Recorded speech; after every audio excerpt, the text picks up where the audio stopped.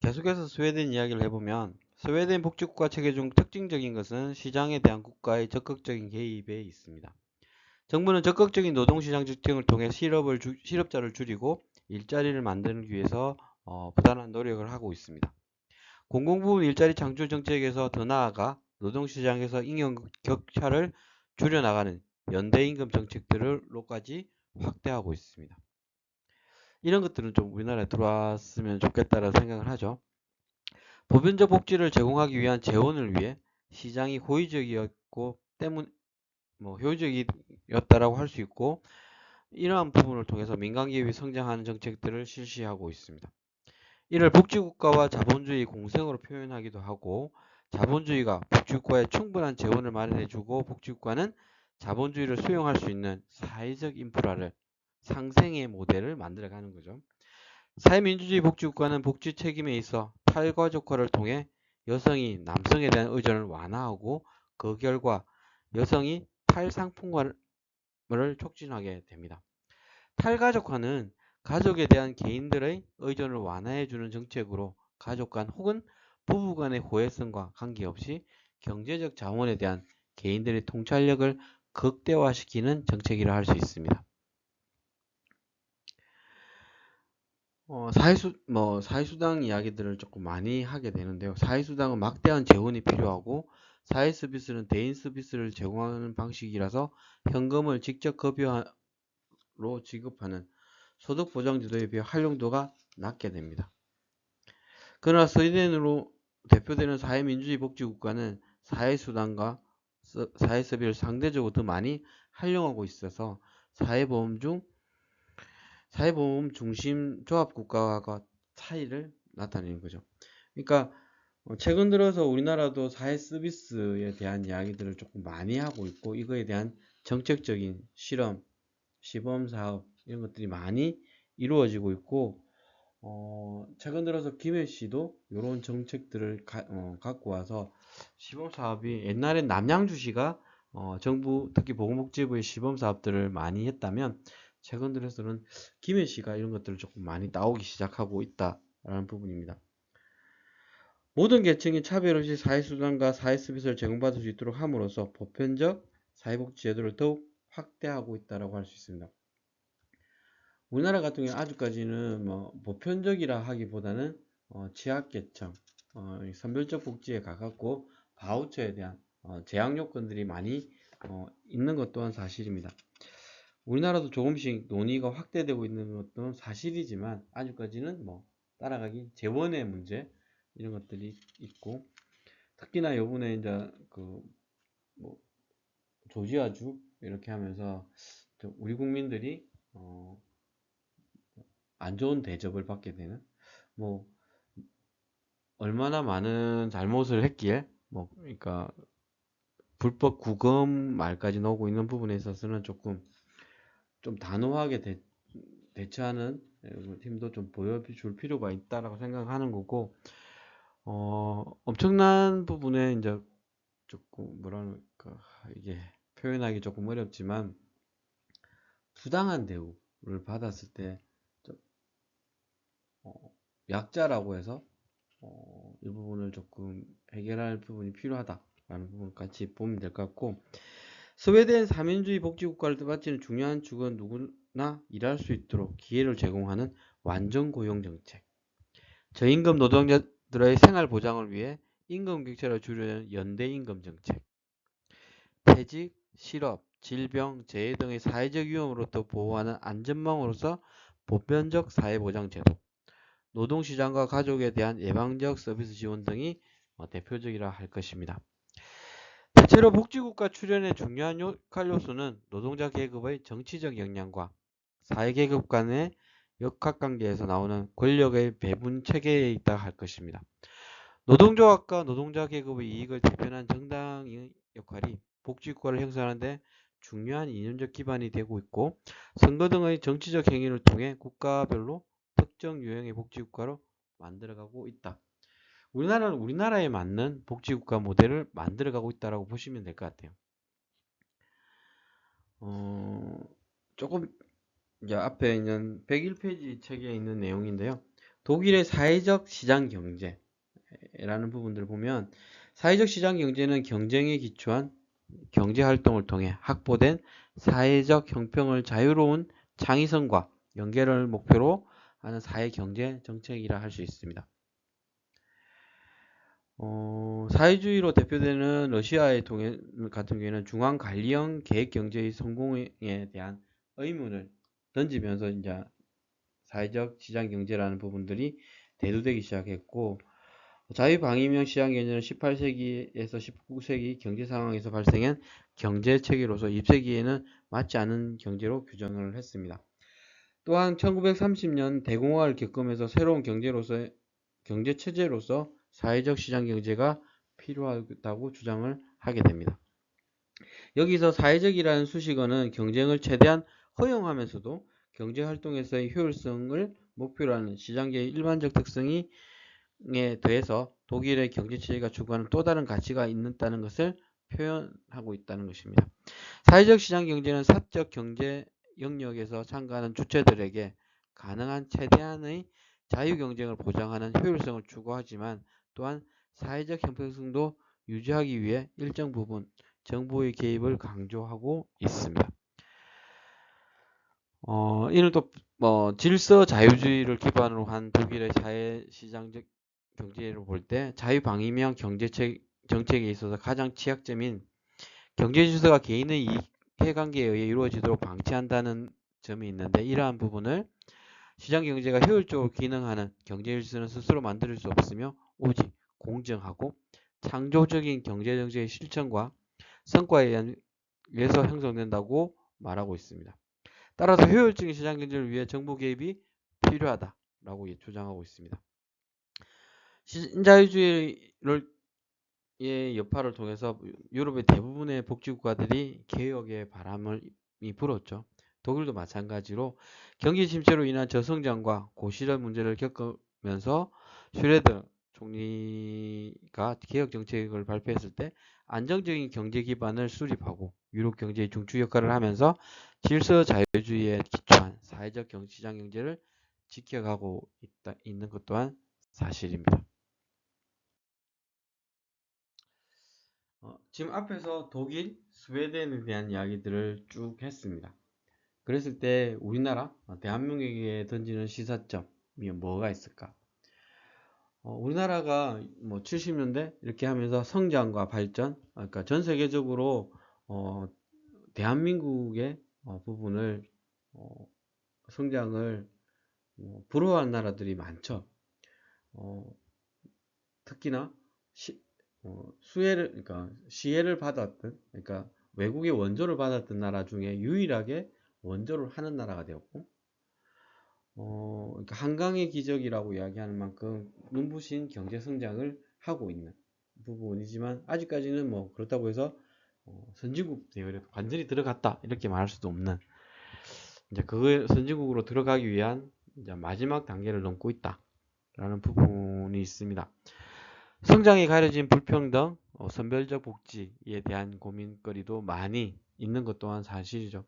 이게 이제 좌우라고 이야기하는 논란의 핵심에 이것들이 들어가면서 그러니까 복지를 필요로 하는 사람들이, 그러니까 좀 희생이라는 표현이 조금 애매한데 정당한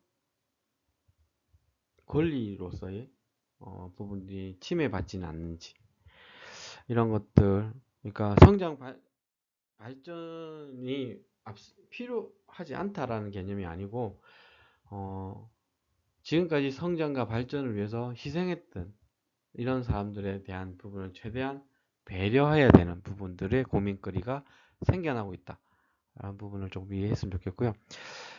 시혜에서 권리라는 부분, 그러니까 예전에는 생활보호 대상자라고 이야기를 했죠. 근데 지금은 수급권이라고 해서, 그러니까 삶을 에 대한 최저생활에 대한 보장, 이런 것들을 이야기하고 있는 부분이 있습니다. 자본주의가 성장하면 성장할수록 그러니까 불평등 그리고 빈부격차가 나오는 것 또한 사실입니다. 소외계층이 생기게 되는 이런 것들을 해결하는 대안 모델로서 사회적 경제가 지금 이제 뭐 대두된다라고 표현하기는 힘들지만 전 세계적으로 사회적 경제가 그런 역할들을 해왔다라는 부분에 있어서 그리고 우리나라도 이거에 대한 이제 준비 작업들을 하고 있고 많은 기업들이 사회적 경제에 들어와서 활동을 하고 있다라는 부분에서 긍정적인 효과가 뭐 있다라는 부분을 보시면 될 것 같습니다. 잠시 사회적 경제 이론에 대한 부분 보면 사회적 경제는 어느 범위에 속할까라는 부분에서 정부, 비영리, 시장에 대한 부분을 아우르는 제4섹터라고 할 수 있을 것 같아요. 정부하고 겹치는 부분은 정부 출연 기업이 여기에 속할 거고, 그리고 시장과 제4섹터가 겹치는 부분은 뭐 미션 지원 기업이라는 부분도 있을 거고, 노동자 소유 기업, 이런 것들이 여기에 속할 거고, 비영리하고 제4섹터가 결합되는 부분은 비영리 소유 기업, 이런 것들이 있을 것 같습니다. 그리고 여기에 속하지 않는 정부, 시장, 비영리에 속하지 않는 기업으로 보면 협동조합이 있을 거고 융합조직이 여기에 속하는 어떻게 보면 사회적 경제 부분이 비영리에 대한 부분 그러니까 저 또한 마찬가지로 그러니까 20년 정도 그러니까 아동 청소년을 중심으로 하는 그러니까 비영리 영역에서 활동을 주로 했는데 활동하다가 가졌던 다양한 고민이 있었 다양한 고민 중에 하나가 너무 받는 것에 익숙한 아이들의 모습, 뭐 이런 것들, 그리고 너무나 당연시하게 되는, 그래서 스스로의 자발적, 그러니까 뭐 의지 이런 것들을 찾아내는 것들이 좀 필요하지 않을까라는 고민을 하게 됐고 여기에서 이제 사회적 경제의 그러니까 가능성 이런 것들을 좀 찾아봤다라고 보실 수 있을 것 같아요. 그거에 대한 고민을 이제 던지는 과정이다라고 말씀드릴 수 있을 것 같고요. 이어서 이제 사회적 벤처라는 개념들이 여기에 또 포함이 됩니다. 사회 문제를 해결하는 데 있어 사회적 기회를 발견하는 방식으로 해서 사회혁신을 주도하는 사회적 기업가에 의해 설립된 기업 또는 조직을 사회적 벤처라고 이야기하고 있고 사회적 기업은 정부가 인정하고 사회적 벤처는 인정하지는 않습니다. 그리고 사회적 기업은 인건비 등 정부 지원이 존재하나 사회적 벤처는 기업 투자 방식으로 이루어진다. 윤석열 정부에 있어서는 인건비 지원조차도 없었던 부분이죠. 그런 부분. 제 같은 경우에는 이제 예비 사회적 기업이 되고 나서, 지프라 협동조합이 되고 나서 이런 것들이 다 끊겼어요. 그래서 버티고 있는 것 또한 뭐 대단하다 할 수 있는 거죠. 여기서 예로 들었던 모덴이라는 기업이 있습니다. 보고 업사이클링을 하는 사회적 벤처로서 폐자동차 등 천연 가죽, 안전벨트 등을 수거하여 가방을 만든 제이연이라는 청년이 중심으로 됐었고 SK 최태원 회장, 뭐 그리고 김동연 경제부총리, 뭐 이런 분들이 이 가방을 사용함으로 해서 BTS의 RM 등이 가방을 사용하면서 인기가 상승했고 현재 맨세준과 스타필드에 입점이 되어 있다.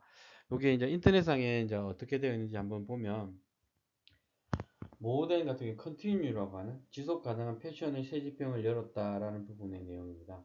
모덴의 탄생과 성장은 사회적 기업 모덴은 2015년에 최이현 대표에게 설립되었고 최 대표가 모덴을 창립하게 된 계기는 그 유학 시절 거슬러 올라가게 되는데 2012년에 영국에서 뺑소니 사고로 아끼던 자동차를 폐차하게 되었을 때 그는 운전석 의자를 집으로 가져왔습니다. 친구들의 장난스 낀 그 가죽으로 가방을 만들어 들고 다녀라는 말이 모덴의 청사진이 뭐 되었다고 할 수 있는데요. 최 대표는 이 아이디어를 현실화하기 위해 한국 자동차에서의 지속 가능한 사회적 책임을 주제로 논문을 쓰며 대학을 졸업했고 이후 자동차 생산 과정과 폐차에서 나오는 천연 가죽, 에어백, 안전벨트를 수거해 가방을 만드는 모덴을 창업하게 됩니다. 여기에서 이제 컨티뉴라는 브랜드가 발생하게 되고 2007년 자사의 대표 브랜드인 컨티뉴를 런칭했고 이 브랜드명은 계속되다라는 뜻의 continue와 새로움이라는 new를 합친 단어, 지속 가능한 새로움을 의미하고 있습니다. 이를 통해서 업사이클링의 선두주자가 되었고, 컨티뉴는 자동차 시트를 만들고 남은 짜투리 가죽이나 폐차 버려지는 시트 가죽 등으로 가방과 지갑 등 다양한 제품을 만드는 업사이클링 브랜드가 되었습니다. 단순히 재활용을 넘어 버려지는 재료에 새로운 가치를 부여하는 혁신적인 접근법으로 했고요. 성장세 또한 놀랍게 됩니다. 2015년 창업이 매년 300% 정도의 급성장을 했고 2019년에는 연매출 30억을 돌파했으며 이는 업사이클링 업체로서는 이례적인 성과를 가져왔습니다. 현재 16명의 직원이 180여 개의 제품을 미국, 독일, 프랑스, 스페인, 일본 등 15개국에 수출하고 있습니다. 사회적 인정과 명성, 그러니까 특히 SK 최태원 회장, 김동엽이 아까 이야기했던 부분이 있고 BTS 가방으로 불리기도 했습니다. 환경보호에 기여하게 되는 부분이 있습니다. 컨티뉴 업사이클링 방식은 환경보호에 큰 기여를 하고 있고 재활용 없이 버려지는 가죽 시트와 안전벨트 등을 국내에서 연간 400톤에 이르게 되는데 모든 이러한 폐기물을 재활용함으로써 환경오염을 줄이고 있습니다. 글로벌로 진출도 하게 되는데요. 그러니까 일본에 컨티뉴 브랜드 매장을 오픈했으며 롯데 면세점, 타워점 이런 데 확장되었고 이런 부분을 통해서 혁신적인 이렇게 이야기하고 환경보호와 패션의 조화, 선한 영향을 미치는 그날까지 쭉 활동을 하겠다라는 부분들이 담겨 있습니다. 이러한 활동들을 하는 기업들이 모델만 있는 건 아니겠죠. 여러 가지 기업들이 있으니까 이런 것들 한번 챙겨보면 좋겠고요. 2학년이 되면 이런 내용들을 좀 더 구체적으로 기업의 성장 이런 것들을 하게 됩니다. 우리 주변에도 그러니까 사회적 경제라는 부분을 가지고 활동하는 김해에도 아까 여기 이야기하는 연매출이 엄청난 기업들이 존재합니다. 그런 것들 그에 대한 부분이 이제 어떻게 설정을 하느냐에 따라서 고민 또한 내용 또한 달라지고 있다라고 보시면 될 것 같습니다. 사회적 경제 모델이라는 부분에서 코로나19 이후에 사회적 경제 조직의 역할이 확대되고 이것들이 이제 고민거리도 많아지고 있는 것 또한 사실이죠. 코로나19를 겹치면서 그러니까 유럽의 예를 들면 그러니까 사회적 경제라고 해서 망하지 않는다라고 할 수는 없는 거죠. 많은 기업들이 힘들고 망하는 기업들도 생겼습니다. 근데 사회적 경제가 가지는 방식에서 해고를 선택하지는 않은 거죠. 협동조합 같은 경우는 해고가 아닌 새로운 방식, 그러니까 재고용, 그러니까 그 연대 안에 있는 기업의 부분에서 재교육을 통해서 재배치하는 이런 활동들을 하게 되면서 경제적인 어려움 속에서 함께 살아나는 가치 이런 것들을 고민하게 만들었던 부분이 있다라고 말씀드릴 수 있을 것 같고요. 사회적 경제가 새로운 발전 모델 및 삶의 패러다임 전환의 기제가 될 수 있다라는 부분인데요. 지금 현재 다양한 형태의 다양한 문제 그리고 다양한 사람들이 모여서 그러니까 예전에는 하나의 고민거리를 가지고 이야기했다면 지금은 하나의 고민을 아니면 여러 가지 고민을 함께 풀어가는 방식들을 고민하게 되는데 하나의 문제를 다양한 형태로 해결하는 방법 또 반대로는 여러 가지 문제를 각자의 생각대로 정리해 나가는 부분. 그럼 지금 현재 그러니까 지금 저 또한 이제 그러니까 대학에서 이제 여러분들을 만나면서 여러 가지 고민거리를 가지고 있었는데 제일 큰 고민 중에 하나가 만학도가 점점 많아지다 보니까 이 만학도들이 현장에 나와서 졸업 이후에 현장에서 활동할 수 있는 것들에 대한 고민이 많아진 것 또한 사실입니다. 그래서 취업에 대한 고민보다는 취업이 아닌 또 다른 형태의 고민을 하면서 이제 사회적 협동조합을 제안하게 됐고, 그것을 통해서 여러 가지 분들이, 그러니까 제안을 한 지는 지금으로부터 한 6, 7년 정도 됐습니다. 그때 당시 모이면 해보자라고 했는데 이게 현실화되는데 한 5년 이상의 시간들이 필요를 했어요. 사회적 경제에 대한 고민거리가 생기고 일하다 보니까 그러니까 공부를 하는 시간을 내기가 쉽지 않았는데 한 지금으로부터 한 1년이 좀 넘었죠. 한 2년 가까이 되는 시점 동안에서 같이 공부하는 사람들이 생겨났고, 감사하게도 그분들과 이제 지금 현재 창립총회까지 마무리 지어서 중앙부처에 그러니까 이제 푸시하는 작업들을 하는데 이것 또한 쉽지는 않습니다. 그러니까 코로나 시기하고 다르게 지금은 좀 더 많이 까다로워졌고, 많은 사회적 경제 조직들이 사회적 협동조합이 만들어지다 보니까 이것을 관리하는 부분에 있어서 조금 자기 부처의 내용들을 좀 더 구체화시켰으면 갖고 왔으면 좋겠다라는 부분들이 있어서 그것을 다듬는 작업들을 하고 있고, 올해 안에 이것을 과시하고 활동하는, 그리고 그 과정에서 지금은 중간 단계로 해서 교육과 자격증 취득 이런 것들을 하면서 지역사회에서 우리의 역할들을 찾아가는 작업들을 하고 있는 부분 또한 있습니다. 최근 IT와 같은 기술 기반 모델과 리빙랩 방식의 문제 해결을 추구하는 지역사회 밀착 모델을 출연하는데, 저희 과목은 여기 뒤에 리빙랩 방식을 통해서 문제 해결을 추구하는 지역사회 밀착 모델을 발굴해 보고 싶은 거죠. 그래서 우리 생활 주변에 문제거리들이 있다면 이 문제를 어떻게 어, 어, 방법적인 부분부터 시작해서 문제를 바라보는 시각, 그거에 대한 함께 풀어야 되는 사람, 그러니까 사람도 찾고, 그러니까 그 매개체도 찾아내고, 그러면서 이 문제를 풀어나가는. 그러니까 다양한 사람들이 모이다 보니까 이것이 가능해지는 구조다라고 말씀드릴 수 있을 것 같아요. 사회 경제적 모델이 있습니다. 부천시를 보면 스마트 마을 기업 육성으로 새로운 사회적 경제 모델을 제시하고 있어요.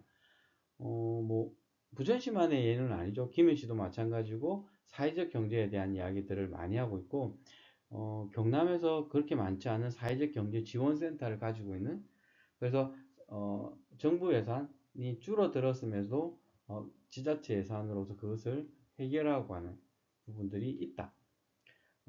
경남에서 중앙 예산 없이 시비로만 운영하고 있는 도시 중에 하나다라고 보시면 될 것 같아요.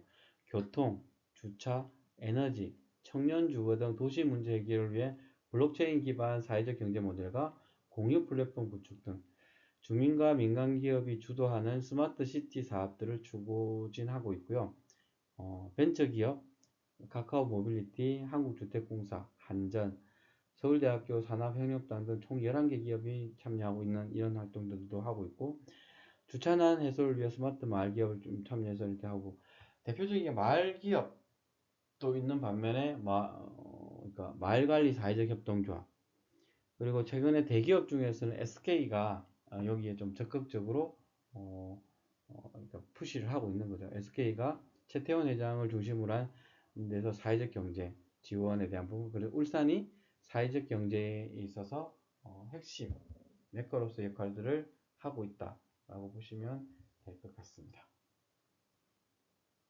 그리고 이제 지금 이제 저희들이 이제 그러니까 제 고민거리가 하나 있는 게 교양 과목으로 이제 만들어서 수업을 하다 보니까 그러니까 이게 결과물을 만들어서 제시해야 돼요.